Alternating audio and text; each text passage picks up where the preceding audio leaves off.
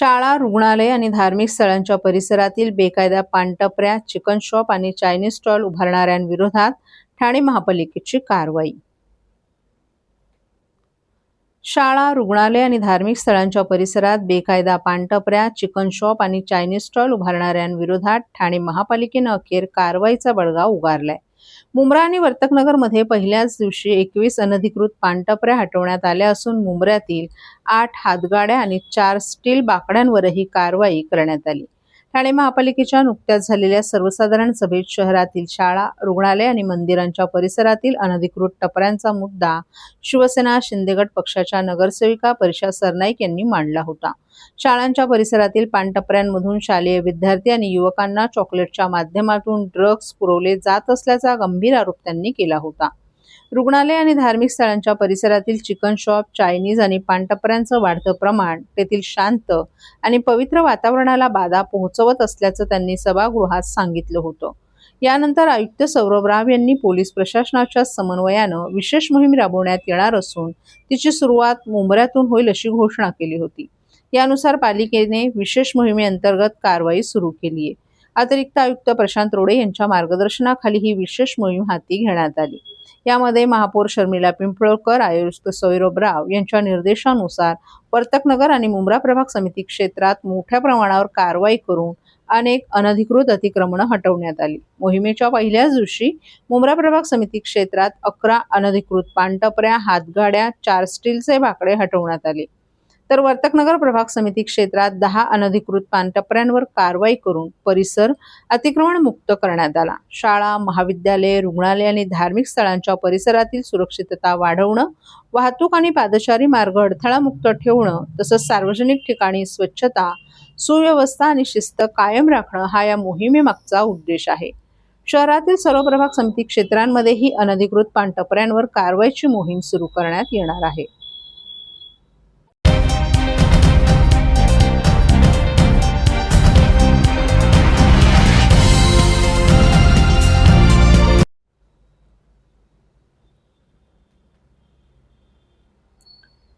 Smart मीटरच्या सक्तीविरोधात ठाण्यात मनसेचं आंदोलन. स्मार्ट मीटर बसवण्याच्या सक्तीविरोधात महाराष्ट्र नवनिर्माण सेनेनं ठाण्यात आक्रमक भूमिका घेतली आहे. स्मार्ट मीटरमुळे नागरिकांना भरमसाठ वीज बिले येत असल्याच्या तक्रारी मोठ्या प्रमाणात मनसेकडे आल्याचा दावा करत वागळे इस्टेट येथील महावितरण कार्यालयाबाहेर मनसे कार्यकर्त्यांनी आंदोलन केलं. यावेळी ठाणे जिल्हाध्यक्ष अविनाश जाधव यांनी सरकार, महावितरण आणि स्मार्ट मीटर धोरणावर जोरदार टीका केली. वागळे इस्टेट येथील महावितरण कार्यालयाबाहेर मनसेच्या कार्यकर्त्यांनी घोषणाबाजी करत स्मार्ट मीटरच्या सक्तीचा निषेध केला. स्मार्ट मीटर बसवल्यानंतर वीज बिलं दुप्पट तिप्पट आल्याचा अनेक तक्रारी नागरिकांकडून प्राप्त झाल्याचा दावा मनसेनं केलाय. त्यामुळे स्मार्ट मीटर बसवण्याची सक्ती तात्काळ थांबवावी अशी मागणी आंदोलनकर्त्यांनी केली आहे. यावेळी अविनाश जाधव यांनी सरकारवर टीका करत स्मार्ट मीटरचा फायदा सामान्य जनतेला नाही तर खासगी वीज कंपन्या आणि उद्योगपतींना होत असल्याचं सांगितलं. 10,000 रुपये पगार असलेल्या कुटुंबाला 10-12 हजार रुपयांचं वीज बिल येत असेल तर त्यांनी जगायचं कसं असा सवालही त्यांनी उपस्थित केला. राज्यभरातून लाखो नागरिकांनी स्मार्ट मीटर विरोधात तक्रारी केल्या असून नागरिकांच्या इच्छेविरोधात स्मार्ट मीटर बसवण्याची जबरदस्ती थांबवावी, अन्यथा महाराष्ट्र नवनिर्माण सेना राज्यभर अधिक तीव्र आंदोलन छेडेल असा इशाराही जाधव यांनी दिलाय. तसंच स्मार्ट मीटर बसवण्यासाठी अधिकारी नागरिकांवर दबाव आणत असल्याचा आरोप करत नियमानुसार ज्यांना स्मार्ट मीटर हवे आहेत त्यांनाच ते बसवावेत, सक्ती करू नये अशीही त्यांनी मागणी केली. तुम्ही जर अख्ख्या महाराष्ट्रात फिराल तर शेतकरी असतील, व्यापारी असतील, सगळ्यांचं मत असं आहे, माझं स्वतःचं देखील, पण या महिन्यात मला देखील लाईटचं बिल डबल आलेलं आहे. जर कुठल्याही घरात गेलात आणि स्मार्ट मीटर लावल्याच्या नंतर झालं काय, तर ज्याला 2,000 रुपये बिल येत होता त्याला 4,000 रुपये बिल यायला लागलं, ज्याला 5,000 रुपये बिल येत होतं त्याला 10,000 रुपये बिल यायला लागलं, ज्याला 10,000 रुपये बिल यायचं ज्या व्यापाऱ्याला त्याला 20,000 रुपये बिल यायला लागलं. मला कळलं नाही की स्मार्ट मीटरचा अर्थ काय. स्मार्ट म्हणजे काय, तर आमचा फायदा झाला पाहिजे ना, काहीतरी नवीन घेऊन आला, त्या टेक्नॉलॉजीचा लोकांना उपयोग झाला. इथे सरकारला उपयोग होतोय, सरकारच्या नावावर व्यापाऱ्यांना उपयोग होतोय, अदानीला उपयोग होतोय, इतर वीज कंपन्यांना याचा सगळ्याचा उपयोग होतोय. परंतु महाराष्ट्रातल्या जनतेला याचं नुकसान होतंय. ज्या माणसाला पगार 10,000 रुपये त्याला लाईटचं बिल या महिन्यात 10,000 रुपये आलेलं आहे. तर मला असं वाटतं की स्मार्ट मीटरला ज्यावेळेला आम्ही विरोध करत होतो यासाठीच करत होतो की एक दिवस हा स्मार्ट मीटर हा लोकांना त्रास देणारा होणार आहे. मला असं वाटतं की या स्मार्ट मीटरमुळे जवळजवळ 3 लाख लोकांनी या सगळ्याच्या विरोधात कंप्लेंट केल्यात आणि ते मुख्यमंत्र्यांनी अधिवेशनात देखील सांगितलं. जर 3 लाख लोक एखाद्या गोष्टीला तक्रार करत असतील तर काहीतरी चुकीचं घडतंय. मागच्या 15 दिवसापासून रस्त्याने जाताना अनेक लोक आम्हाला सांगत होते अहो त्या स्मार्ट मीटरचं काहीतरी करा. सो आम्ही आज स्मार्ट मीटर या विरोधात आंदोलन करायला इथे आलेलो आहोत. जर तुम्ही लोकांचं बिल बघाल, आता हे जे कोणी आलेत आमच्या इथे, त्याला 12,000 रुपये बिल आले. 2,500 रुपये बिल यायचं, आज डायरेक्ट 12,000 रुपये बिल आले. चाळीतल्या माणसाला जर 12,000 रुपये घराचं बिल येणार असेल त्यांनी जगायचं कसं? बाकी खायचं काय? लाईट की वीज? तो या सगळ्याचा विरोध करायला आज आम्ही इथे आलेलो आहे. जर हे सगळं बंद झालं नाही तर महाराष्ट्र नवनिर्माण सेना अजून तीव्र आंदोलन करेल. शेवटी हा डायरेक्ट लोकांचा प्रश्न आहे. ज्यांना 10,000 रुपये बिल आहे, ज्यांना 10,000 रुपये पगार आहे, त्यांना जाऊन विचारा की ते घरी जेवणार आहेत, मुलांची फी भरणार आहेत की लाईटचं बिल भरणार आहेत. की लाईटचं बिल भरण्यासाठी याच्या पुढे लोकांनी काम करायचंय की ओव्हर टाइम करायचं याच्या पुढे जाऊन की लाईटचं बिल आम्हाला भरावं लागेल. बरं, तुम्ही तिथे थांबता का नाही? 1 महिन्याचं लाईटचं बिल भरलं नाही तर डायरेक्ट जाऊन घरामध्ये लाईट कट करताय.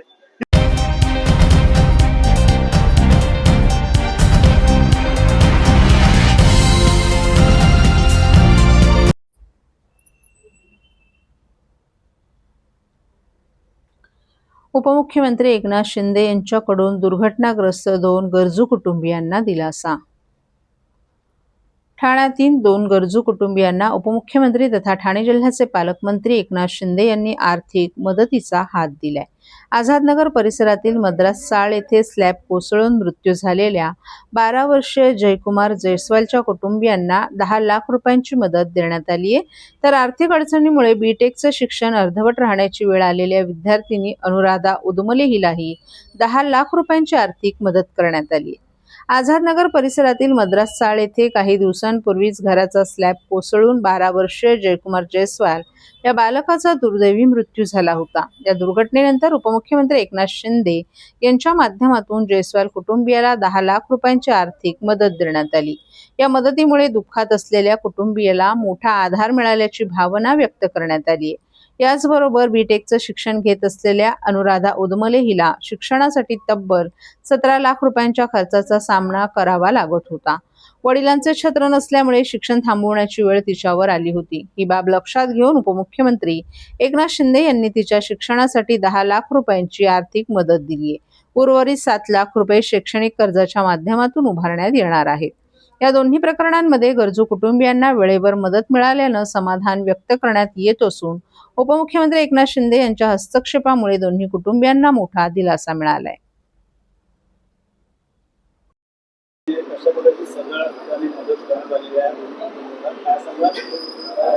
खरं तर 2 आठवड्यापूर्वी माझ्या प्रभागात एक इन्सिडेंट घडला होता की घरावरचं स्लॅब पडून दुसऱ्या घरावरती तो पडलं आणि त्याच्यामध्ये 12 वर्षाचा जयस्वाल म्हणून एक मुलगा होता, त्याचं जागीच निधन झालं. आणि ती जेव्हा गोष्ट साहेबांना कळली तर त्याच वेळी साहेबांनी आपण त्यांना मदत करायचं असं घोषित केलं होतं आणि आज खऱ्या अर्थाने 10 लाखाची मदत त्यांना आपण केलेली आहे. साहेबांचं म्हणणं एवढंच होतं की त्या मुलाचा जीव आपण परत आणू शकत नाही, पण ते कुटुंब फार गरीब आहे. कारण त्यांचे मिस्टर जे बहादूर जयस्वाल आहेत ते टिपटॉपमध्ये मिठाईच्या शॉपमध्ये कामाला आहेत आणि घरची परिस्थिती खूप बेताची आहे. मला असं वाटतं आई आणि दुसरा मुलगा हे देखील त्या इन्सिडेंट्समध्ये इंजर्ड झाले होते आणि खऱ्या अर्थाने महापालिकेचे आयुक्त सौरवराव यांनी मदत केली आणि त्यांचा हॉस्पिटलचा खर्च उचलला. तर खरं तर त्यांचं पण मी मनापासून आभार मानेल की त्यांनी पण संवेदनाशील म्हणून त्यांचं व्यक्तिमत्व आहे हे सिद्ध केलं. आणि खऱ्या अर्थाने या महाराष्ट्रात राज्यात काम करत असताना उपमुख्यमंत्री हे महाराष्ट्रभर फिरत असतात, पण ठाणे महापालिकेच्या हद्दीमध्ये त्यांचं पालकत्व त्यांनी पालकमंत्री म्हणून काम केलेलं आहे. आणि पालक कसा असावा याचं उत्तम उदाहरण आजच्या ह्या इन्सिडेंट्समध्ये आपल्याला बघायला मिळतंय की खऱ्या जे सढळ हाताने मदत करायची. मला असं वाटतं की हे जे गृहस्थ आहेत ते आमचे वोटर्स देखील नाही आहेत, तरी पण त्यांना मदत पोचली पाहिजे या भावनेने मदत करणारा माणूस, जो जातीपातीचं राजकारण न करता खऱ्या अर्थाने लोकांपर्यंत कसं पोचायचं यासाठी कायम तत्पर असतात, आणि त्याचं उत्तम उदाहरण आज आपल्याला बघायला मिळालं.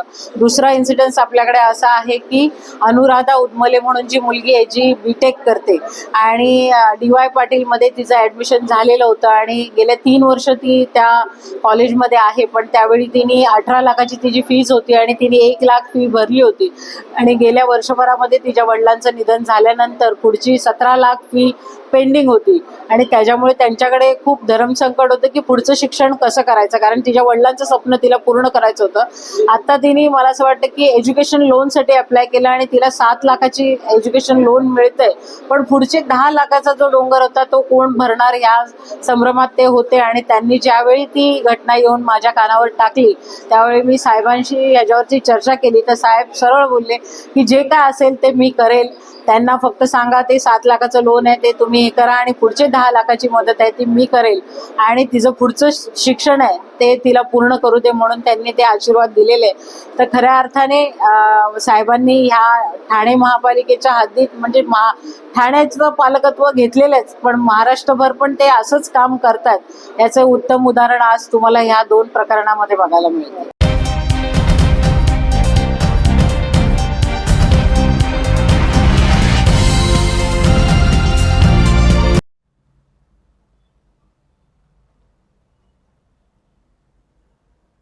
उपमुख्यमंत्री अजितदादा पवार यांच्या जयंतीदिनानिमित्त ठाण्यात राष्ट्रवादी काँग्रेसकडून अभिवादन. राज्याचे माजी उपमुख्यमंत्री स्वर्गीय अजितदादा पवार यांच्या जयंतीदिनानिमित्त आज ठाण्यात राष्ट्रवादी काँग्रेस पक्षाच्या वतीनं जनसंपर्क कार्यालयात त्यांना भावपूर्ण अभिवादन करण्यात आलं. या निमित्तानं भजनाच्या कार्यक्रमाचंही आयोजन करण्यात आलं होतं. ठाण्यातील फ्लॉवर व्हॅली परिसरातील राष्ट्रवादी काँग्रेसच्या जनसंपर्क कार्यालयात राष्ट्रवादी काँग्रेस पक्षाचे अध्यक्ष आणि माजी उपमुख्यमंत्री स्वर्गीय अजितदादा पवार यांच्या जयंतीदिनानिमित्त अभिवादनाचा कार्यक्रम पार पडला. यावेळी स्वर्गीय अजितदादा पवार यांच्या प्रतिमेला पुष्पहार अर्पण करून त्यांच्या कार्याचा गौरव करण्यात आला. जयंतीदिनानिमित्त आयोजित भजन कार्यक्रमात कार्यकर्त्यांनी उत्स्फूर्त सहभाग नोंदवला. तसंच उपस्थित पदाधिकाऱ्यांनी अजितदादा पवार यांच्या नेतृत्व गुणांना, विकासाभिमुख कार्यपद्धतीला आणि शेतकरी हिताच्या भूमिकेला उजाळा देत त्यांना भावपूर्ण अभिवादन केलं. यावेळी माजी खासदार आनंद परांजपे, राष्ट्रवादी काँग्रेसचे नगरसेवक आणि पदाधिकारी सुहास देसाई, प्रभाकर सावंत, युवक अध्यक्ष वीरू वाघमारे, महिला अध्यक्षा वनिता गोतपगार, युवक सचिव मोहसिन शेख, रवी पालव, आशिष गिरी, जिया शेख यांच्यासह पक्षाचे पदाधिकारी आणि कार्यकर्तेही मोठ्या संख्येने उपस्थित होते. यावेळी शिवसेनेचे नेते आणि माजी खासदार आनंद परांजपे, नगरसेवक सुहास देसाई आणि युवक अध्यक्ष वीरू वाघमारे यांनी प्रसारमाध्यमांशी बोलताना अजितदादा पवार यांच्या प्रति आपल्या भावना व्यक्त केल्या. खरं तर आजही विश्वास होत नाही की असा कधी प्रसंग आमच्या कार्यकर्त्यांवर येईल. राष्ट्रवादी काँग्रेस पक्षाचे राष्ट्रीय अध्यक्ष, राज्याचे लोकप्रिय उपमुख्यमंत्री यांचं विशेष प्रेम या कार्यालयावर होतं.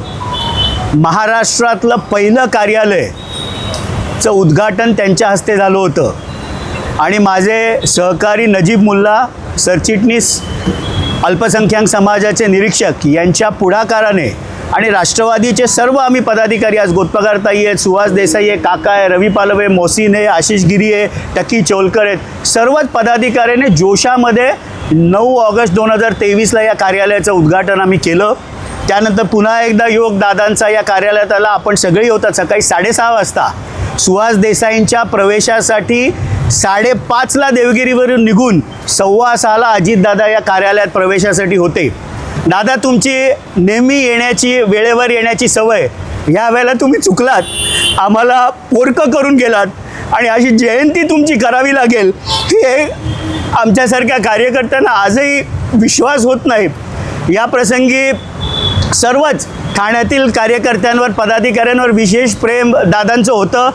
कधीही निमंत्रण कुठल्याही कार्यक्रमाचं दिलं, कुठलीही ठाण्याची समस्या आम्ही घेऊन गेलो की तात्काळ ते सोडवायचे. नजीब मुल्ला असेल, सुहास असेल, सगळ्यांना आम्हाला म्हणजे हक्काने आम्ही देवगिरीवर अपॉइंटमेंट न घेता जायचो आणि आज ते आमच्यात नाही, हा विश्वास आजही बसत नाही.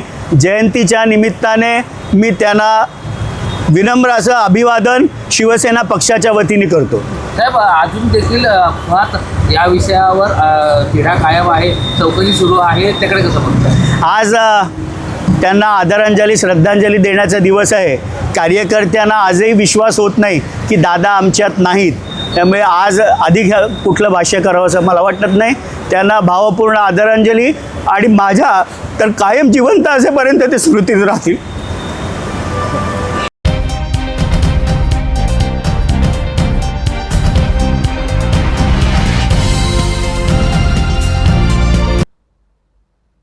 मालमत्ता हडप करण्याच्या उद्देशाने एका शिक्षिका महिलेची हत्या करून तिच्या मृत्यूनंतर मालमत्तेच्या कागदपत्रांवर वारसदार म्हणून स्वाक्षरी घेणाऱ्या 2 आरोपींना कुळशेवाडी पोलिसांनी अटक केली. या प्रकरणात पोलिसांनी अवघ्या काही दिवसातच गुन्ह्याचा उलगडा केला असून आरोपींविरोधात खुनाचा गुन्हा दाखल करण्यात आलाय. कोळसेवाडी पोलीस ठाण्याच्या हद्दीतील चिंचपाडा परिसरात राहणाऱ्या सरिता मारुती चंदनशिवे या महिला LIC एजंट म्हणूनही काम करत होत्या. 14 जुलै रोजी त्या LICच्या कामानिमित्त शहापूर येथे जाणार असल्याचं सांगून घरातून बाहेर पडल्या होत्या. मात्र त्यानंतर त्या घरी परत न आल्यानं तसंच त्यांचा मोबाईल बंद असल्यानं कुटुंबियांना त्यांचा शोध सुरू केला होता. या प्रकरणी सरिता चंदनशिवे यांचे भाऊ प्रवीण मारुती चंदनशिवे यांनी कुळसेवाडी पोलीस ठाण्यात बेपत्ता झाल्याची तक्रार दाखल केली होती. पोलिसांनी तपास सुरू केला असता 16 जुलै रोजी त्यांचा मृतदेह नाशिक रस्त्यावरील मेडिकल कॉलेज समोरील सिन्नर फाटा मार्गालगत आढळून आला. तपासादरम्यान पोलिसांना CCTV फुटेज, तांत्रिक विश्लेषण आणि गुप्त बातमीदारांकडून मिळालेल्या माहितीच्या आधारे आरोपींचा शोध लागला. या प्रकरणात पोलिसांनी 2 आरोपींना अटक केली. अटक करण्यात आलेल्या आरोपींमध्ये दिवाकर भागोजी आहाड आणि तुषार मुरलीधर रत्नपारखी यांचा समावेश आहे. पोलीस तपासात आरोपी दिवाकर आहाड यांनी सरिता चंदनशिवे यांच्याशी ओळख वाढवून त्यांचा विश्वास संपादन केला होता. त्यानंतर मालमत्ता हडप करण्याच्या उद्देशानं कट रचून त्यांना ठार मारण्यात आलं. हत्या केल्यानंतर त्यांच्या नावावरील मालमत्तेच्या कागदपत्रांवर वारसदार म्हणून स्वाक्षरी घेण्याचा प्रयत्नही करण्यात आल्याचं तपासात समोर आलं. या प्रकरणी कोळसेवाडी पोलीस ठाण्यात खुनाचा गुन्हा दाखल करण्यात आला असून आरोपींनी पुढील तपासासाठी पोलीस कोठडी घेतलीय.